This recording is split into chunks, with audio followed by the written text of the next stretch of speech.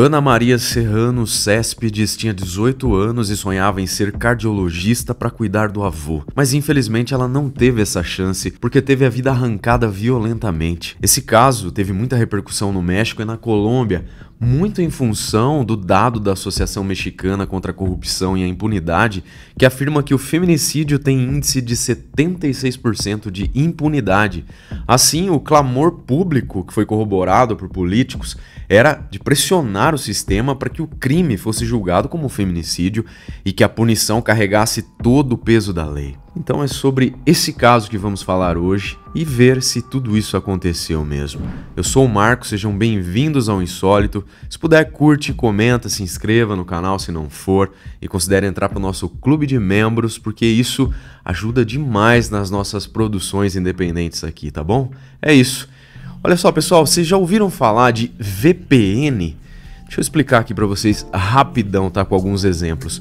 Quando você está usando seu celular, computador, tablet, qualquer equipamento, até relógio que tem conexão com a internet, esses equipamentos aí ficam enviando e recebendo dados o tempo todo. E claro que isso daí pode ser bastante perigoso, né? Ainda mais nos dias de hoje que a gente sabe que tá cheio de esquema fraudulento por aí, não é? E é justamente aí que entra o serviço da Surfshark VPN, que é a nossa parceira de hoje, que esconde esses dados que ficam sendo enviados e recebidos, ou seja, o seu IP, que é o número que o seu equipamento fica ali visível na rede, ele é ocultado pelo sistema da Surfshark. Assim, a sua navegação fica muito mais segura e protegida contra ataques maliciosos. É fundamental usar o VPN hoje em dia, mas para quem trabalha com a internet, então, é indispensável. Outra coisa, galera, que você consegue fazer com a Surfshark é mudar o país da sua conexão com apenas um clique. Então você pode acessar, por exemplo, todo o conteúdo exclusivo daquela região que você colocou, como por exemplo da Netflix. Então, se você quiser conhecer os serviços, tem um mimo para vocês. Usando o cupom INSÓLITO, você ganha até 3 meses grátis, tá? O link vai estar aí na descrição, corre lá e aproveita. É isso. Recados dados, vamos aos fatos.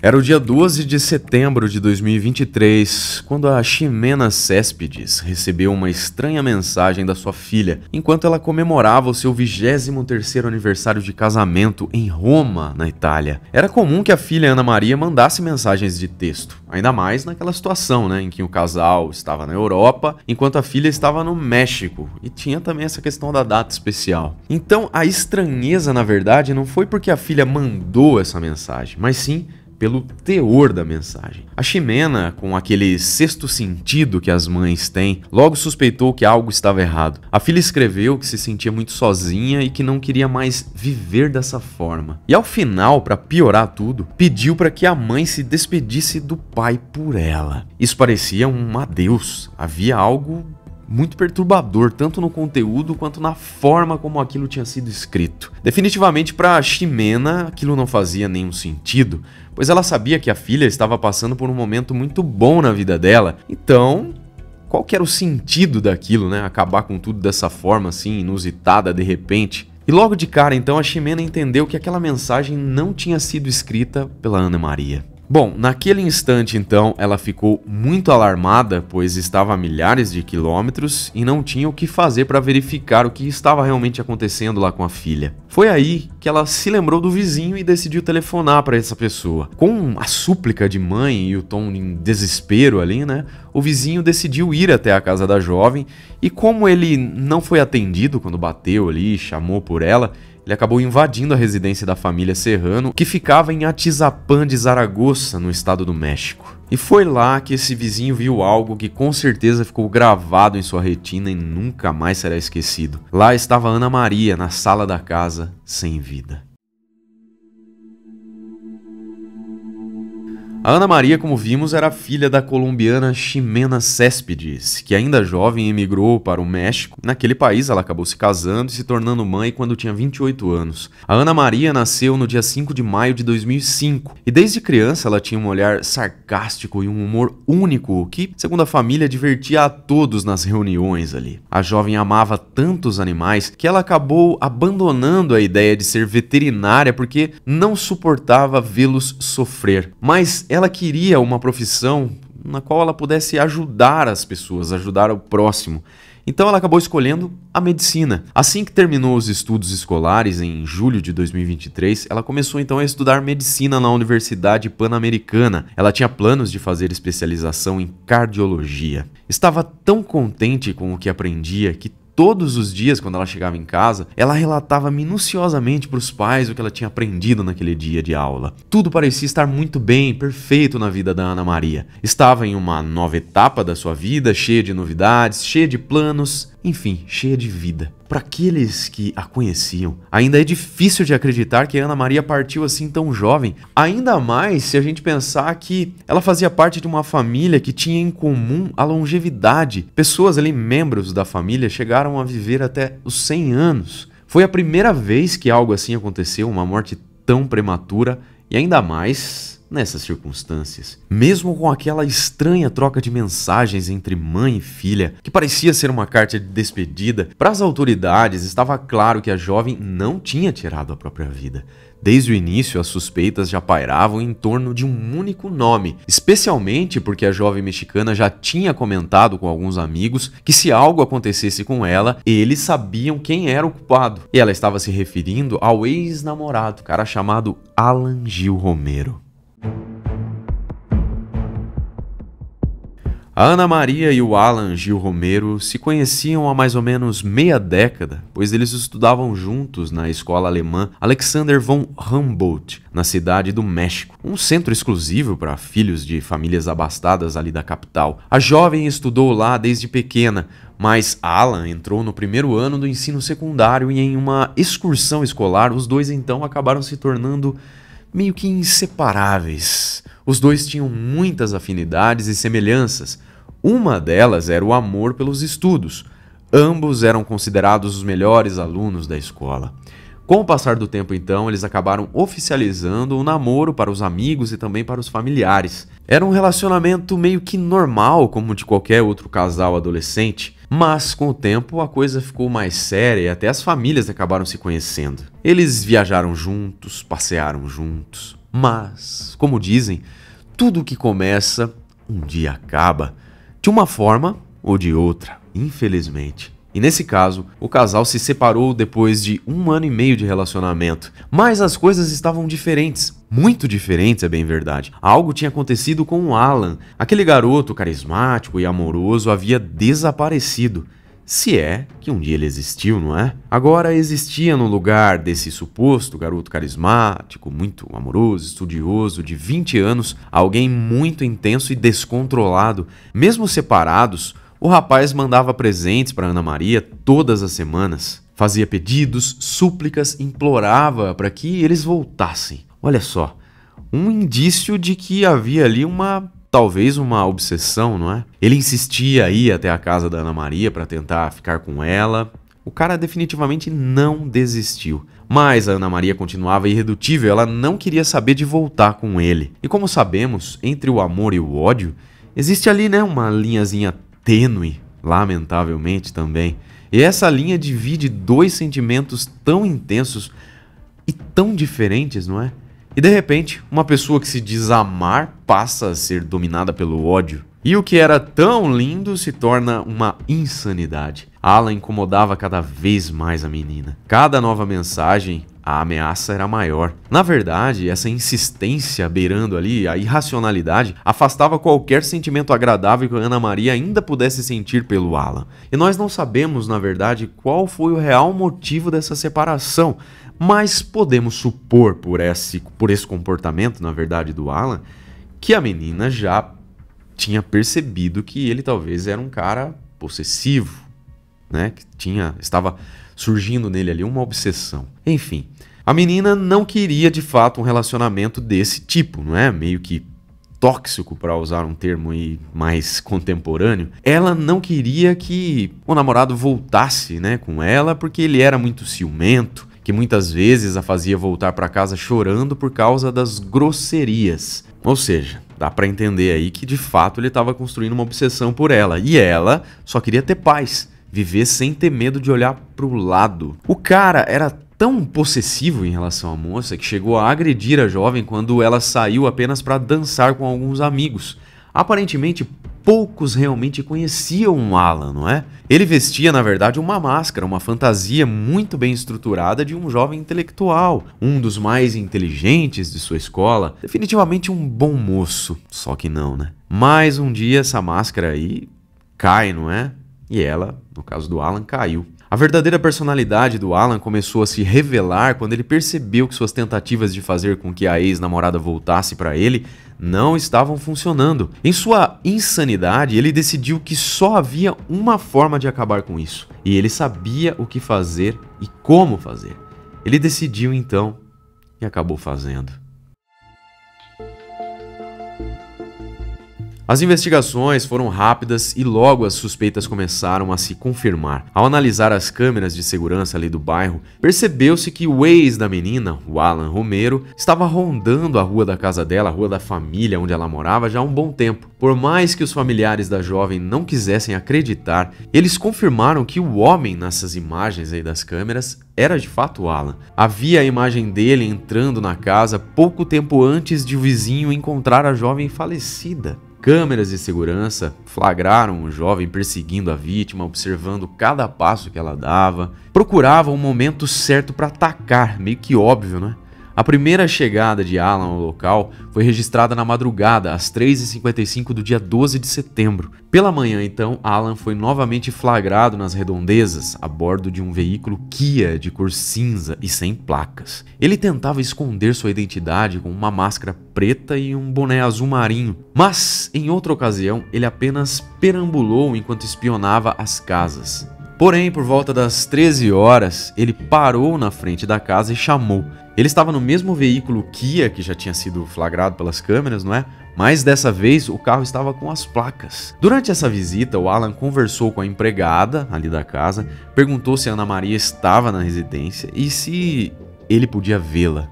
A mulher disse que a Ana não estava e não tinha retornado ainda da faculdade. O Alan então foi embora, mas ele voltou. A empregada então terminou seu trabalho e foi embora também sem falar com a jovem Ana Maria, sem avisá-la de que o ex-namorado tinha aparecido por ali. Quando a Ana Maria finalmente voltou para casa, ela estava sozinha, completamente vulnerável aos planos macabros do ex-companheiro. O Alan chegou pouco antes das 18 horas, ele bateu a porta, foi atendido pela própria Ana Maria. As gravações mostram ele entrando na casa e dentro da casa houve uma forte discussão que terminou da forma que vocês já sabem, não é? Um crime extremamente horrendo aconteceu no local. Horrendo e extremamente covarde também, não é? Um corpo sem vida e um assassino, então, em fuga. Os pais da Ana Maria, pessoal, desconcertados com essa notícia, pegaram então o primeiro voo de volta para o México. Eles haviam perdido a filha quando estavam longe. Dá pra imaginar, né? A dor, a angústia. Agora só restavam as despedidas, a dor e a busca por justiça. Segundo o exame necroscópico, a jovem de 18 anos morreu por asfixia devido a uma compressão do pescoço em forma de enforcamento. De acordo com esses exames realizados no pescoço da vítima, foi observado um sulco na pele em decorrência da ação, na verdade, de um agente constritor de consistência dura e áspera. Mas não havia só a marca em seu pescoço, ela também apresentava ali uma pancada na cabeça. Tudo confirmava que ela tinha sido mais uma vítima de feminicídio por um cara obsessivo e, acima de tudo, covarde, que ficou ali à espreita observando o momento ideal onde os pais da moça estavam viajando e ela estava sozinha.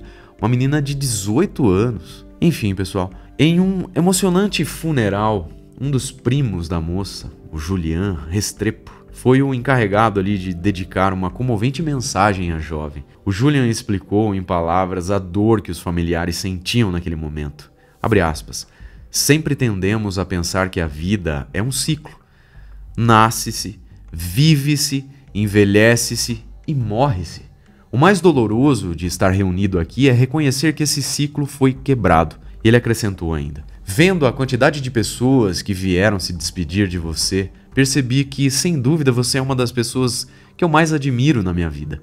você tem alguns amigos incríveis que vieram te acompanhar e uma família que vai pensar em você todos os dias e orar por você todas as noites. Fecha aspas. Quem também esteve no funeral para se despedir da Ana Maria foi o seu tio, José Manuel Restrepo, ex-ministro colombiano que viajou com sua esposa e filhos ao México para acompanhar sua família no luto. Havia muita dor e vazio naquela grande família, mas havia também uma pequena esperança. Antes mesmo do funeral, do triste adeus à jovem estudante, as autoridades capturaram o suposto assassino, trazendo à família uma sensação ali leve de paz e justiça. Em 17 de setembro, a polícia mexicana confirmou a captura do Alan Gil Romero, identificado como o principal suspeito. O jovem foi detido em prisão preventiva no centro penitenciário Tlalnepantla e apenas um dia depois, em 18 de setembro, foi realizada a primeira audiência com o sujeito. A promotoria apresentou os detalhes do dia dos fatos e esses que nós já mencionamos antes para vocês, não é?